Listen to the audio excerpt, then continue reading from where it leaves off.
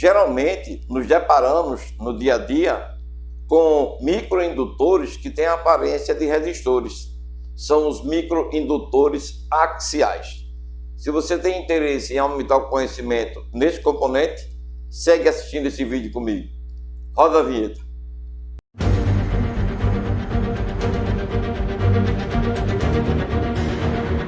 Olá, tudo bem com você? Eu sou o professor Valdenilton e na aula de hoje nós vamos aprofundar o assunto sobre o microindutor. O microindutor é um dispositivo utilizado na eletrônica que tem a função exclusiva de introduzir indutância em um circuito. Então, dependendo do circuito que ele vai atuar, ele pode realizar duas funções. Uma delas é armazenar campo magnético. A outra, que é a que ele é mais utilizado, é evitar que determinadas interferências entrem em um circuito ou saiam de um circuito. Se a interferência vier externa para poder atrapalhar o funcionamento de um circuito, ele deve reter essa interferência. Ou se o próprio circuito gerar uma interferência, ele deve reter, evitando que essa interferência saia desse circuito e termine introduzindo interferência em outro. Então, na aula de hoje, eu vou trabalhar exclusivamente nesse microindutor, na área dele eliminando a interferência. Então, a ideia é a gente conhecer mais um pouco deste microindutor e de como ele age na eletrônica no dia a dia. No módulo 5 do curso de Eletrônica Básica 1, você aprendeu que a indutância é uma grandeza criada na bobina sempre que esta é atravessada por uma corrente variável. Não só uma corrente variável, mas um evento variável. Então, se você levar um sinal variável, uma tensão variável, uma corrente variável para a bobina, a tendência é ela criar, assim, uma força chamada indutância. É justamente essa indutância que é utilizada para eliminar os transientes. Ou seja, se determinado transiente vier em uma linha de alimentação e essa linha de alimentação trouxer esse transiente consigo, a indutância do indutor deve evitar que esse transiente, que esse espúrio, que essa interferência siga em frente para o circuito. E para melhorar esse raciocínio, para poder a gente entender exatamente essa questão, eu vou desenhar aqui uma linha de alimentação comum em todo tipo de circuito. Você vai encontrar essa linha de alimentação em placas de TV, celular, notebook, som, etc. Então é uma linha comum, porque o raciocínio é o mesmo para qualquer equipamento que você estiver fazendo manutenção ou fazendo uma análise. Então eu vou desenhar esse circuitozinho que é muito pequenininho, só para você entender a função do microindutor e como ele elimina essa interferência, esse espúrio, esse ruído. Eu já postei algumas aulas sobre eliminação de interferências através de capacitores e indutores. E aqui está um circuito simples para que você entenda imediatamente a função do microindutor num circuito eletrônico para poder eliminar interferências que venham junto com a tensão de alimentação. Inclusive, se você tiver interesse em aumentar esse conhecimento, eu vou deixar um card aqui para você assistir depois dessa aula, essa outra aula e complementar esse estudo. Vamos para a sequência da análise? Vamos lá. O que nós temos aqui?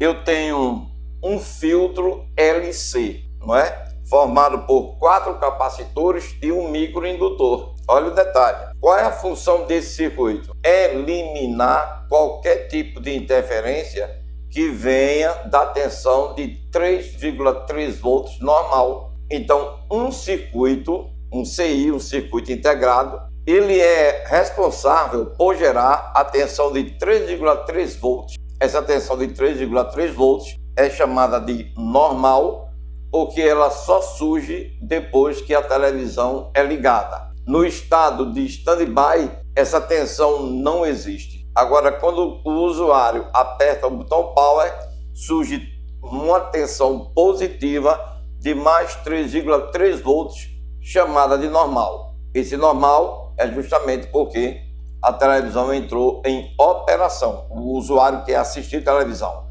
Então, para onde vai essa tensão? Para vários circuitos, e um deles é para o circuito de sintonia, chamado tuner, já que esse circuito aqui que eu desenhei pertence a uma placa de TV. Você vai encontrar esses componentes numa placa de TV, né? Mais precisamente de uma televisão LG. Muito bem. Então, qual é o raciocínio aqui? A fonte produziu uma tensão de 3,3 volts normal e vai enviar para o tuner. Vamos trabalhar apenas com o tuner. Então, neste caso, ela vai pegar essa tensão e vai polarizar um dos pinos do tuner. Esse pino do tuner, ele deve receber essa tensão sem nenhum espúrio, sem nenhuma interferência, nada que possa atrapalhar o seu funcionamento, porque o tuner é digital. Então, qualquer espúrio que vier junto com essa tensão tende a atrapalhar o funcionamento do tuner. Sabendo disso, o que é que o fabricante faz? Ele coloca uma malha LC, porque aí ele previne o tuner de dois tipos de interferência. A interferência EMI e a interferência RFI. Ambas que já foram divulgadas aqui em outros vídeos, como eu falei, acabei de falar agora há pouco para você, de uma maneira mais profunda. Aqui eu vou analisar somente em função do microindutor. Vamos lá, seguindo o nosso raciocínio. Então, neste caso aqui, o que eu tenho? A tensão foi gerada. Essa tensão, ela é contínua, pura, reta, mas foi gerada por um circuito oscilador. Esse circuito que gera essa tensão é um circuito oscilador PWM. Então, toda geração que vem de um circuito oscilador PWM tende a vir sim com espúrios, porque se ele oscila para gerar a tensão contínua de saída, ele vai gerar harmônicas nessa linha de alimentação que ele produziu. E essas harmônicas são encaradas como interferências, como espúrios, e elas devem ser eliminadas. É justamente por isso que o fabricante, antes de pegar essa tensão, que ele chama de 3,3 volts normal, produzida lá no circuito integrado, e enviar para o tuner, tá vendo aqui, a TU, é a mesma tensão, mais 3,3 volts, mais 3,3 volts. Qual é a diferença? A diferença é que quando essa tensão passar por este filtro, ela vai modificar o nome, ela vai se chamar TU, já para chamar sua atenção na análise de circuito. É a mesma tensão, só mudou de nome porque passou por um filtro que faz a limpeza desses espúrios, dessas interferências. Então, aqui fica assim. A tensão de 3,3 volts normal, gerada a partir do momento que eu aperto a tecla Power, ela, vamos fazer o percurso dela, ela segue, atravessa o indutor, o microindutor L2606 e segue em direção ao tuner. Simples assim, tá vendo? Então a tensão é gerada para poder ser entregue ao tuner. Isso eu analisei o conceito da tensão. Então ela é gerada no circuito e enviada para o tuner. Tá. Agora vamos colocar os elementos do circuito que estão entre a geração de tensão e a entrega, não é, ao tuner. O que nós temos? Os capacitores C2648, C2646, C2644, C2643. O que é que esses capacitores estão fazendo? Estão eliminando um tipo de interferência chamada de EMI, que são as interferências eletromagnéticas. Nesse card que eu disse que vou deixar aqui para você assistir, tem a explicação de como essas interferências surgem e como os capacitores eliminam.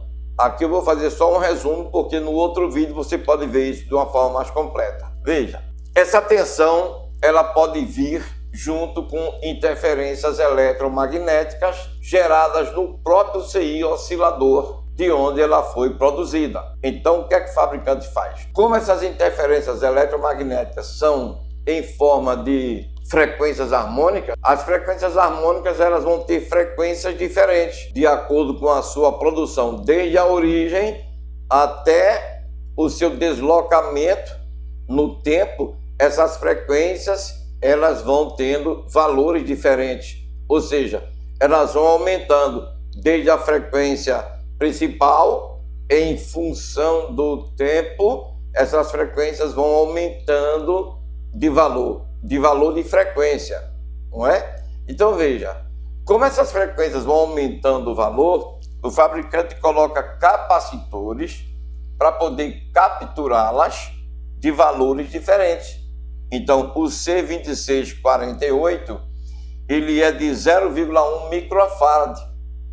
Esse capacitor, se você for analisar em função do outro, ele é muito menor. Dê uma olhada. 0,1 micro, esse aqui é de 22 micro, o que significa dizer que esses capacitores aqui são mais velozes no processo de carga e descarga do que esses.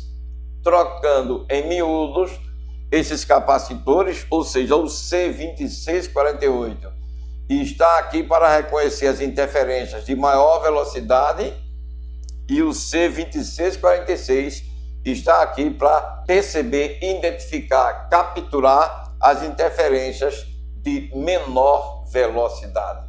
Portanto, o fabricante coloca nesta linha de 3,3 volts capacitores que tenham capacidade de identificar frequências espúrias que tenham valores relativamente altos e relativamente baixos e evitar que essas frequências espúrias sigam em direção ao pino do túnel.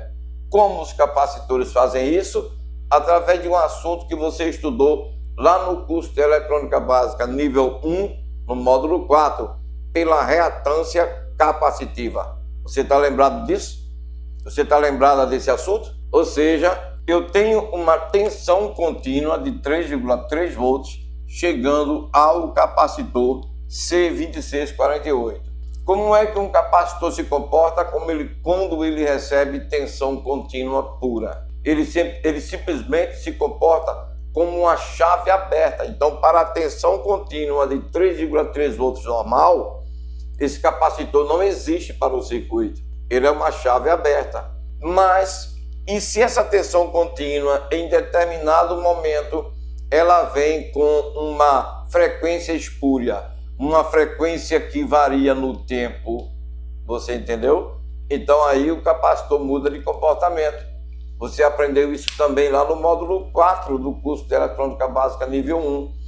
Como é que um capacitor se comporta quando ele recebe um evento que varia, que alterna no tempo, como as frequências espúrias, ele simplesmente conduz. Ou seja, perceba agora o que nós temos. Para tensão contínua pura, o capacitor é uma chave aberta. Para uma tensão que varia no tempo, o capacitor será uma chave fechada. Portanto, as interferências serão curto-circuitadas para o GND, para o terra do circuito, mas não seguirão em frente para poder alimentar o pino do túnel. Então, o primeiro capacitor, C2648, na presença de uma frequência interferência, ele simplesmente captura, conduz, se carrega, armazena-se com essa interferência, desviando ela para o terra. Mas como o capacitor C2648, ele consegue conduzir ou se armazenar com essa frequência interferência e eliminar. Como é que ele se carrega? E como é que ele elimina? Bom, a carga é simples. Do mesmo jeito que ele se carrega com a corrente contínua e barra essa corrente contínua, ele vai se carregar com a corrente que varia no tempo, que oscila, só que aí, ao invés de ele barrar, ele simplesmente desvia ela para o terra. Como? Através da reatância capacitiva. Você lembra desse assunto? Lá no módulo 4 da Básica 1, módulo capacitor. Vamos aqui. A reatância capacitiva é representada por X índice C. X índice C é o inverso de 2 vezes o π vezes F vezes C. Então, aqui está a fórmula da reatância capacitiva. O inverso de 2 vezes o π vezes a frequência vezes a capacitância. Bom, relembrando dessa fórmula aqui, agora dá para você entender como o capacitor barra a corrente contínua e como ele permite que o sinal alternado, a interferência, o espúrio, seja desviado para a massa. Dê uma olhada aqui. A fórmula diz que a reatância capacitiva, que é justamente a resistência que o capacitor deve impor a um sinal, tensão ou corrente alternado, é igual ao inverso de 2 vezes o π vezes a frequência. Preste atenção no detalhe. Vezes a frequência vezes a capacitância. Então vamos nos ligar na frequência. Tensão contínua não tem frequência. Portanto, como não tem frequência, o capacitor se comporta para tensão contínua como uma chave aberta. Ele simplesmente vai se carregar com ela e impedir a sua descarga. Ele só se carrega, mas não descarrega essa tensão contínua. Agora, se a tensão tiver frequência, dê uma olhada. A frequência vai fazer com que o capacitor carregue e se descarregue. Agora, olha o detalhe mais ainda, aprofunde mais ainda esse detalhe. Quanto maior a frequência, menor será a resistência com a qual o capacitor vai encarar essa frequência. Analise. É por isso que o fabricante colocou um capacitor que tem uma capacitância baixa. Então perceba que o X da questão aqui está na frequência espúria. Ou seja, o valor da frequência espúria vai determinar o valor da resistência que o capacitor vai impor a ela. Quanto maior a frequência do espúrio, menor será a resistência que o capacitor vai impor.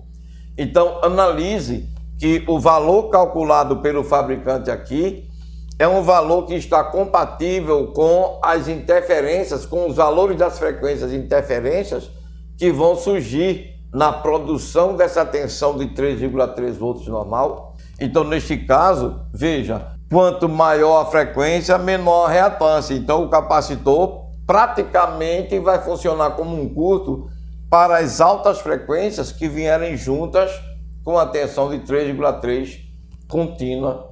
Note que não só altas frequências vão caminhar juntos com essa tensão contínua que está vindo deste regulador, mas frequências médias também virão juntas. Então o fabricante também se protege. Está vendo que ele colocou um capacitor de maior capacidade? Então esse capacitor é mais lento do que esse. Para quê? Para que ele consiga identificar frequências mais lentas. Capacitor de 0,1 micro, de acordo com a sua frequência, ele vai identificar frequências mais rápidas e diminuir a reatância para essas frequências mais rápidas. E se as frequências forem médias, aí eu tenho um capacitor C2646 com uma capacitância de 22 microfarads para reconhecer frequências que estejam nessa faixa média, que não sejam muito rápidas. Muito rápidas fica para os capacitores de baixa capacitância, como o 2648 e o 2644. Frequências que não são muito rápidas, são frequências médias, então capacitores mais lentos. Então veja que a frequência agora é menor. Veja a fórmula, a frequência menor, quanto menor a frequência, maior a reatância. Então perceba que a fórmula vai servir tanto para o capacitor de 0,1 microfarad, como também vai servir para o capacitor de 22 microfarad. Qual a diferença? A faixa de frequência que cada um dos dois deve reconhecer. Você está entendendo a ação dos capacitores para essas frequências de interferências? Então essas frequências de interferências são chamadas de frequências EMI, ou seja, que tipo de frequências são essas? São frequências onde nós temos as interferências do tipo eletromagnéticas.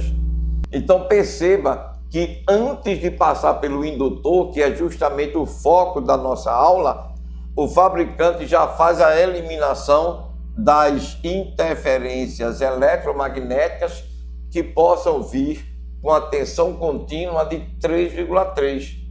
Vamos seguir em frente? Bora! Eu vou passar com essa tensão pelo indutor e deixar para analisá-lo depois. Por quê? Eu quero que você veja essa tensão passando, a tensão de 3,3 volts, passando pelo indutor L2606 e chegando até o 2644.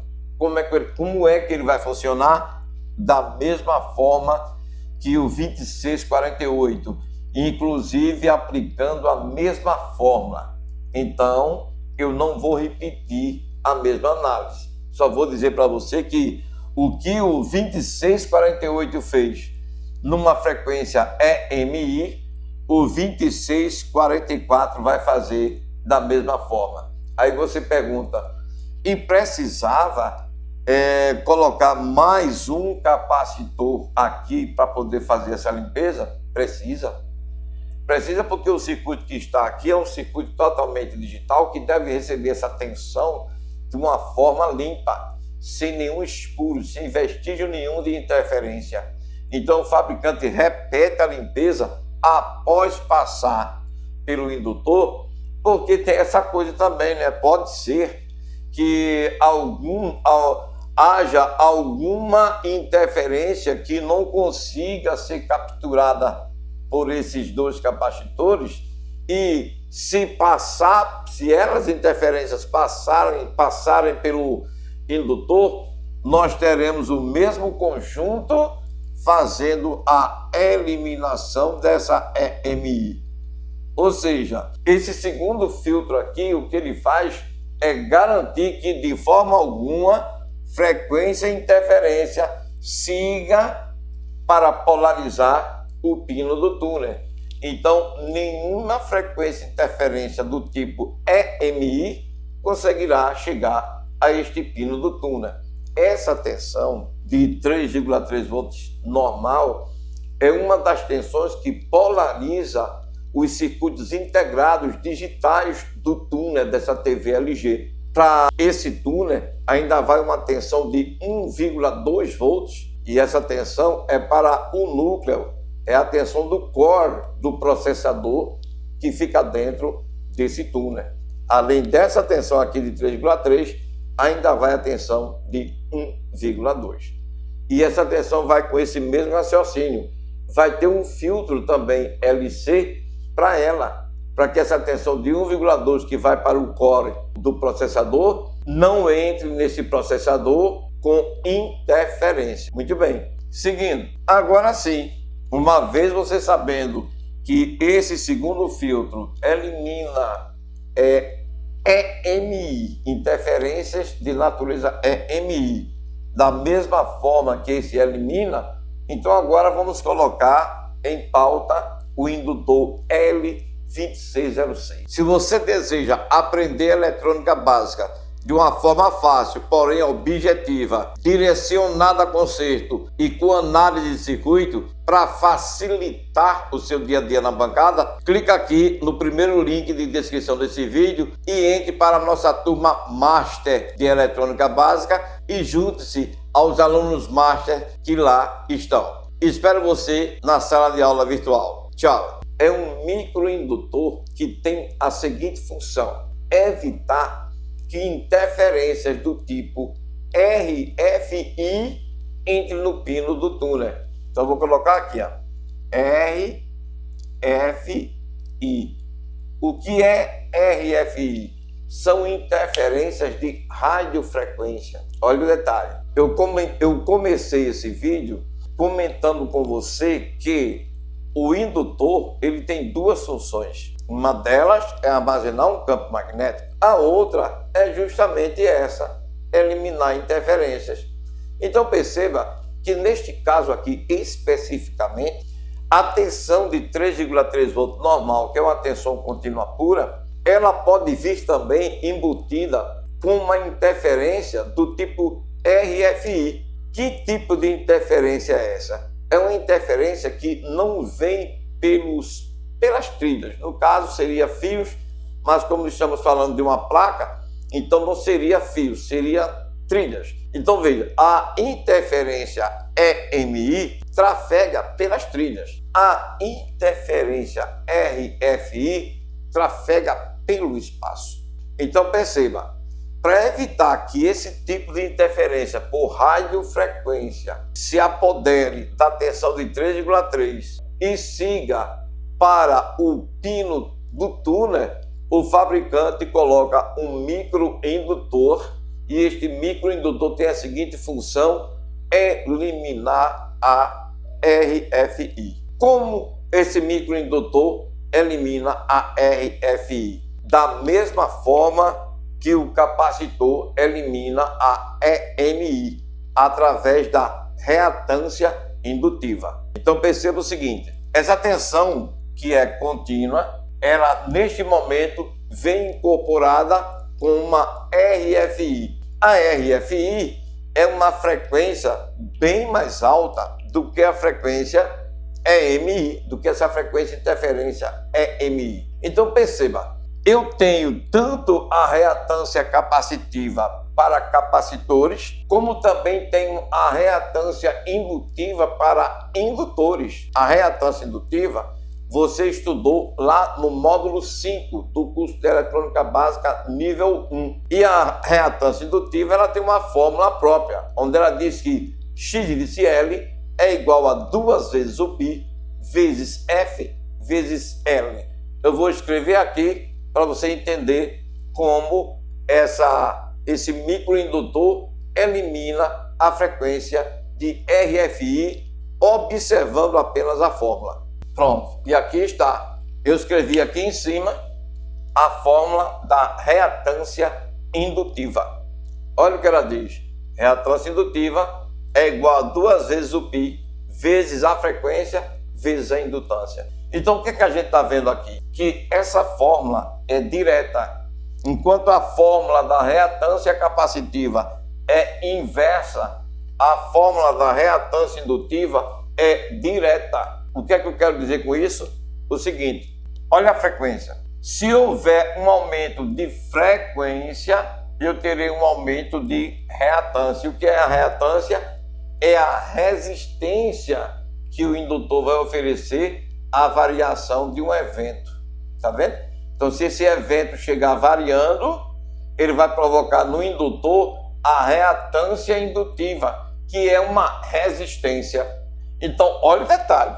Quanto maior a frequência deste evento, desse espúrio, dessa interferência, maior será a resistência que o indutor vai impor para ela. Então aqui fica fácil, aqui fica simples de você entender como é que o microindutor ele vai evitar que a tensão de 3,3 apareça aqui no pino do túnel com uma interferência de RFI. Note, neste momento vamos imaginar que os 3,3 venha com uma frequência interferência de RFI. Essa frequência tem um valor alto. Você sabe muito bem que a tensão contínua não tem frequência. A pura eu estou falando. Mas essa tensão contínua, ela está vindo junto com uma frequência interferência do tipo RFI. Aquela que se apodera do circuito vindo pelo espaço. Aí o que é que acontece? Quando chegar aqui no indutor, com uma frequência de RFI, tem um valor muito maior do que a frequência de EMI, quanto maior a frequência que esse indutor receber, mais reatância indutiva, que é uma resistência, ele vai impor para essa frequência. Trocando em miúdos, quando a frequência de interferência for ultrapassar a bobina vai reagir com ela, criando um campo magnético, retendo essa interferência em si, evitando que essa interferência siga para o pino que polariza o túnel com 3,3 volts. Com essa análise de circuito desse filtro LC em função da EMI e da RFI, eu concluo a função que o microindutor realiza em qualquer circuito.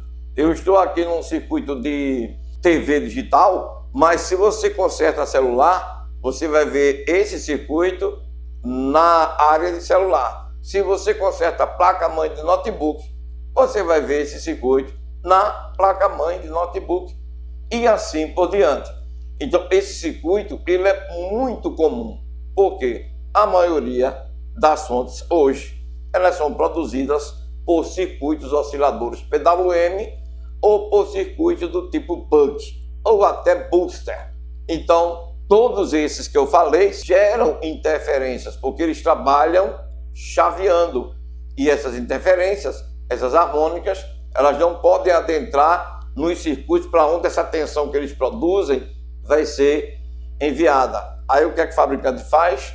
Antes da tensão produzida ser entregue ao seu destino, ele faz a limpeza com capacitores para a EMI e com indutores para a RFI. Agora que você já conhece a função do microindutor, chegou a hora de a gente aprofundar um pouquinho mais o conhecimento físico do componente, porque teoricamente falando você já tem uma noção da função do microindutor nos circuitos eletrônicos, trabalhando principalmente na função de filtro. Vamos aumentar o conhecimento neste componente vendo os formatos. Olha o detalhe. Existem dois formatos de microindutores. O formato axial, onde os terminais saem de lados opostos, e existe o formato radial, onde os terminais saem de lados do mesmo lado do invólucro. Nessa aula de hoje, nós vamos focar exclusivamente nos microindutores axiais, que são aqueles onde os terminais saem de lados opostos do invólucro. Por quê? Porque os outros, que são radiais, eu vou deixar para uma próxima aula, para que o vídeo não fique muito longo. Então, vamos em frente, aumentar o conhecimento agora nos microindutores axiais. Eu estou aqui com uma placa de circuito impresso para mostrar para você como identificar na PCI o microindutor axial. Então nós temos vários aqui. Eu vou começar por esse lado, onde você vê a identificação sendo feita através da letra L. L identifica indutância. Então, isto é um indutor e não um resistor de filme metálico. L703, L704. Então perceba que onde você enxergar esse invólucro parecendo um resistor de filme metálico, você vai encontrar um L. Então o L identifica que estamos falando de microindutor axial, microindutor axial. Então veja como é fácil identificar microindutores em uma placa de circuito impresso. Jamais essa placa vai trazer uma letra R para identificar um microindutor que tem esse formato parecido com o do resistor. Resistor, a nomenclatura será sempre um R e mais nenhuma letra para identificar o resistor.